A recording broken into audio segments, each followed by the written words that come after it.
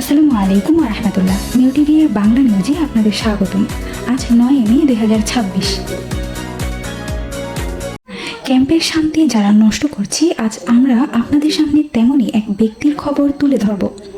শান্তি নষ্টকারী মানুষ অনেক থাকলেও আজ একজনের কথা বলবো এবং ক্রমান্বয়ে অন্যদের সম্পর্কেও জানিয়ে যাব। আপনারা স্ক্রিনে এখন যে ছবিটা দেখছেন তার নাম মোহাম্মদ হাসান, তার বাবার নাম মকবুল হোসেন। সে বর্তমানে বাংলাদেশের গর্জনিয়া নামক এলাকায় বসবাস করে। যদিও সে একজন রোহিঙ্গা, কিন্তু তার কাজ হলো পুরো রোহিঙ্গা জাতির বদনাম করা। কুতুপালং ক্যাম্পের কিছু সাধারণ মানুষ আমাদের কাছে এই রিপোর্টটি পৌঁছে দিয়েছেন। আমরা তা যাচাই বাছাই করে এখন আপনাদের সামনে তুলে ধরছি।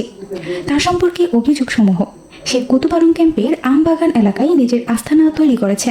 সেখানে সে ক্যাম্পের কিছু দাগি আসামি ও খুনিদের নিয়ে চলাফেরা করে। ক্যাম্পে যতগুলো খুন বা অপরাধমূলক কর্মকাণ্ড ঘটছে, শোনা যাচ্ছে সেগুলোর সাথে সে সরাসরি জড়িত। সে শুধু খুনিদের আশ্রয় দেয় না, বরং মানুষের মোবাইল চুরি এবং জোর জবরদস্তি করে টাকা পয়সা ছিনিয়ে নেওয়ার সাথেও জড়িত। তার বিরুদ্ধে সবচেয়ে বড় অভিযোগ হলো সে ডাকাতি এবং সাধারণ মানুষদের কিডন্যাপ, অপহরণ করার সাথেও যুক্ত বলে জানা গেছে।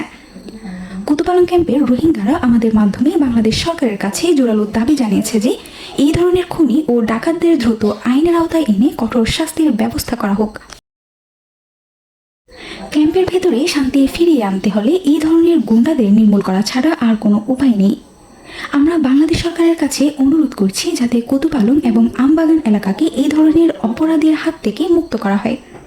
মোহাম্মদ হাসানের মতো গুন্ডাদের যদি আইনি প্রক্রিয়ায় গ্রেফতার করা হয়, তবেই সাধারণ মানুষ শান্তিতে ঘুমাতে পারবে বলে আশা করা যাচ্ছে। আজকের মতো খবর এখানেই শেষ করছি। আসসালামু আলাইকুম ওয়া রাহমাতুল্লাহ।